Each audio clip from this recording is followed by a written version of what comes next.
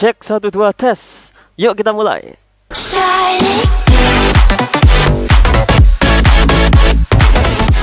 Oke, masih bersama saya dan tetap dengan Pak Kaya kelas 9 semester 1 ya. Masih di bab 1, kerajinan bahan gas, dan di pertemuan yang terakhir. Akhirnya bab 1 selesai. Pertemuan 8, proses produksi kerajinan logam. Nah, di sini tak tambahi sedikit bonus tentang kemasan karena materi kemasan itu sedikit sekali. Oke, seperti biasa sebelum itu ya. Tujuan dulu, tujuan pembelajarannya. Oke, yang pertama pastinya setelah kalian melihat video ini, kalian dapat menyebutkan berbagai bahan produksi untuk membuat kerajinan logam dengan baik. Nah, bahan. Kemudian kalian dapat menyebutkan macam-macam alatnya untuk membuat kerajinan logam dengan baik. Kemudian yang ketiga, kalian dapat menyebutkan berbagai macam produk kerajinan logam dengan baik dan menjelaskan proses pembuatan kerajinan logam dengan jelas ya.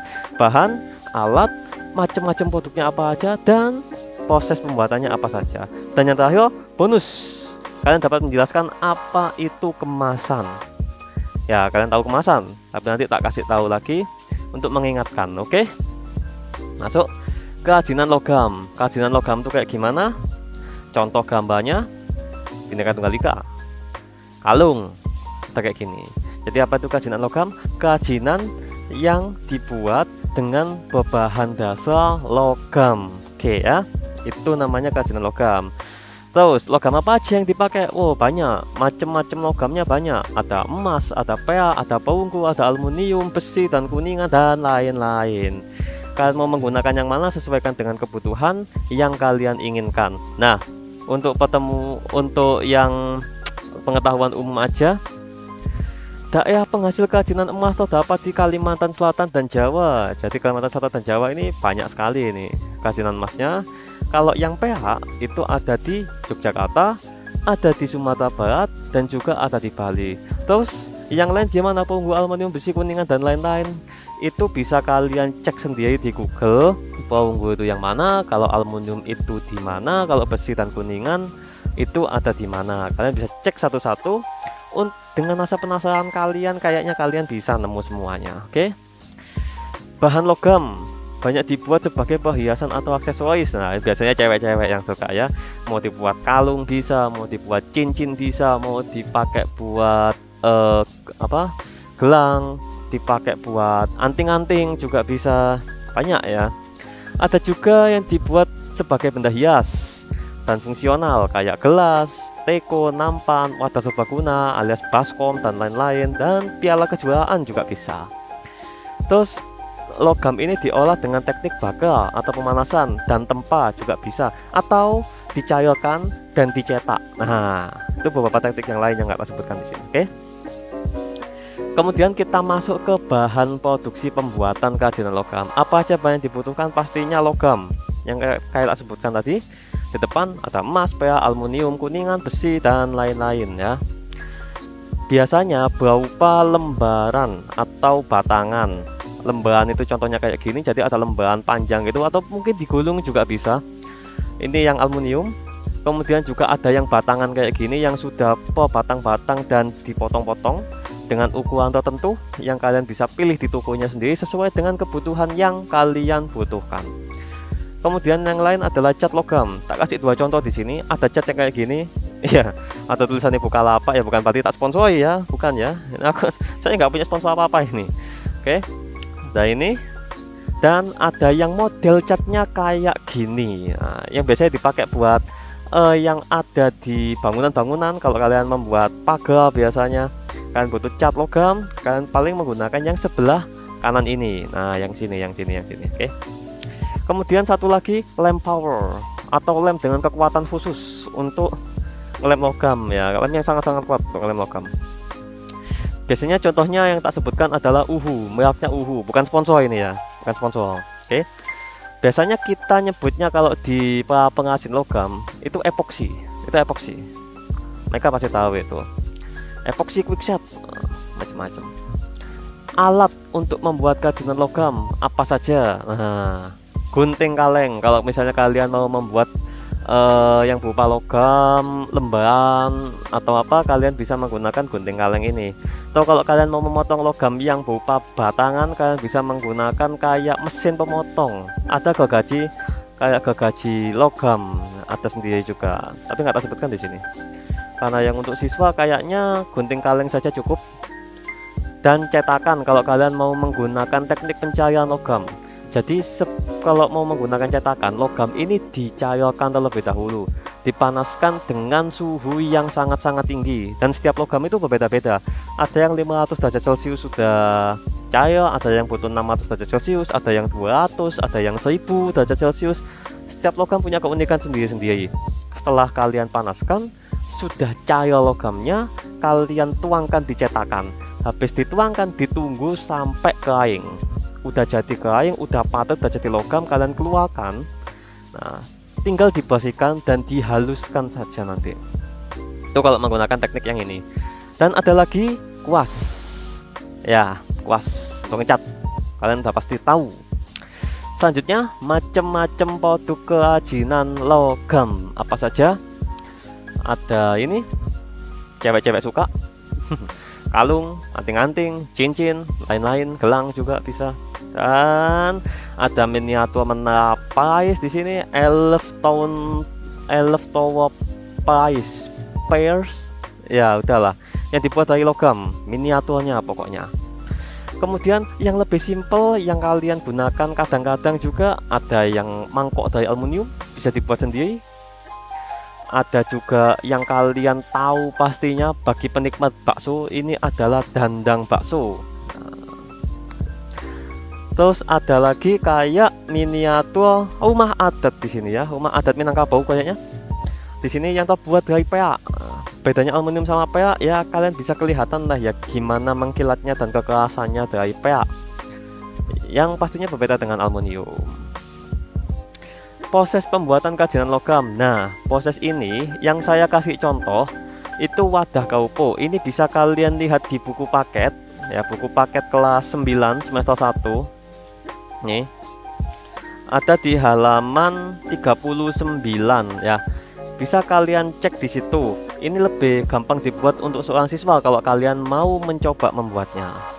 Yang pertama, kaleng lembaran. Jadi kalian beli kaleng lembaran atau aluminium lembaran lah ya, kaleng lembaran, aluminium lembaran yang sesuai dengan apa yang kalian butuhkan.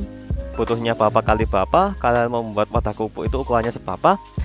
Kemudian kalian gunting sesuai pola. Jadi lembaran ini kalian gambar polanya dulu. Polanya kaleng kupu itu kayak gimana? Kotak, berapa sisi? 1, 2, 3, 4. Di bawah ada 1. Nah, itu. Kalian gunting sesuai pola, kemudian ditekuk dengan bantuan besi atau kayu, kemudian dipukul-pukul sehingga bisa nekuk gini. Awalnya lurus gini, kasih kayu di sini, kayu di sini, kemudian ini dipukul-pukul sampai nekuk. Gini sesuai dengan bentuk atau pola yang kalian butuhkan. Setelah itu, kalian susun dengan dipatri membentuk kotak. Dipatri itu kayak dilekatkan antara ujung yang satu dengan ujung yang lain ya. Kemudian diselipkan kaca dan patri bagian pinggir. Masih ada diselipkan kaca biar bagian depannya itu kelihatan jernih gitu ya. Jadi kan kalau kalian wadahnya kupuk nih, kan kalau depannya ini kaca kan bisa kelihatan dalamnya, kupuknya masih banyak atau tinggal sedikit, bisa diisi langsung.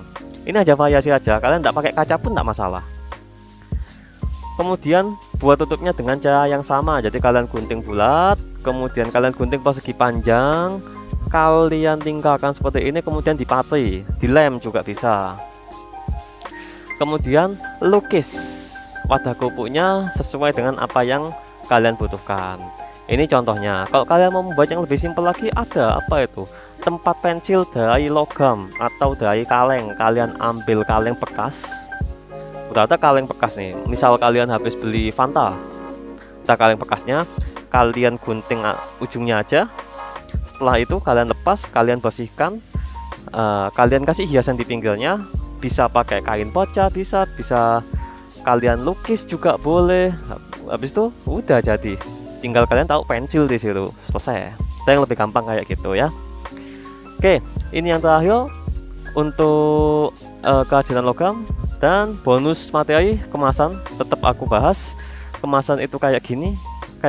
Jadi kalau kalian deskripsikan apa itu kemasan, kemasan itu bagian terluar yang membungkus suatu produk.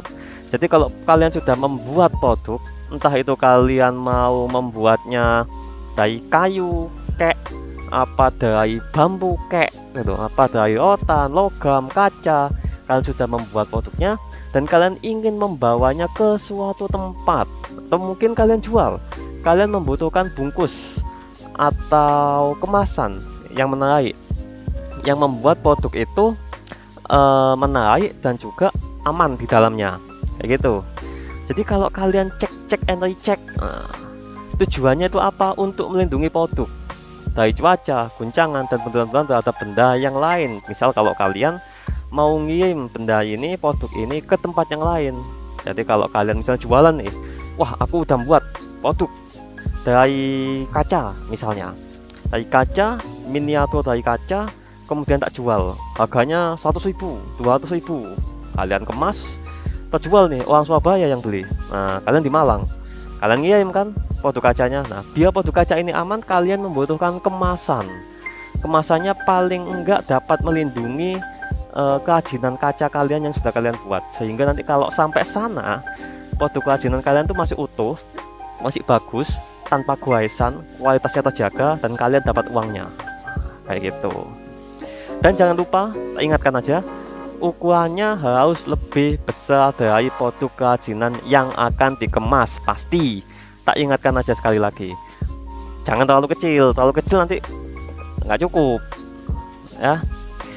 Dan yang kalian tunggu-tunggu, tugas ya, sama mirip kayak kemarin. Bedanya sekarang kalian cari proses pembuatan kerajinan bahan buatan. Satu jenis kerajinan aja, pokoknya yang selain di buku paket halaman 33 sampai 39. Kenapa? Karena itu sudah tak pakai di presentasi ini.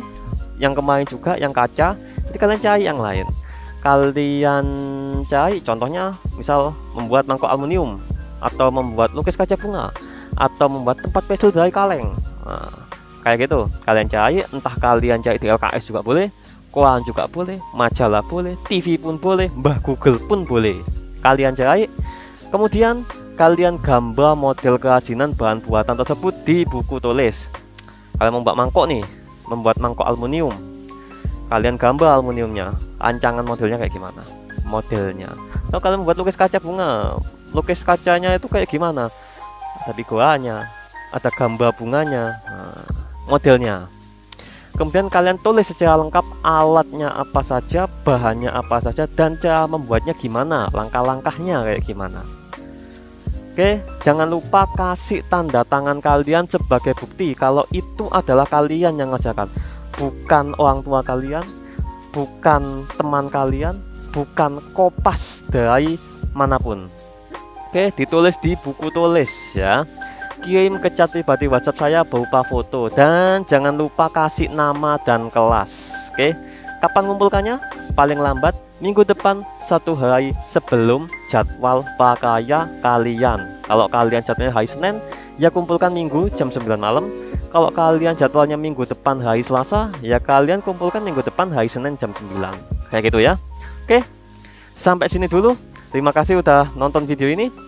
Jangan lupa like kalau kalian video ini, dislike aja kalau kalian nggak suka. Dan sampai ketemu di video berikutnya. Wassalamualaikum warahmatullahi wabarakatuh. Bye.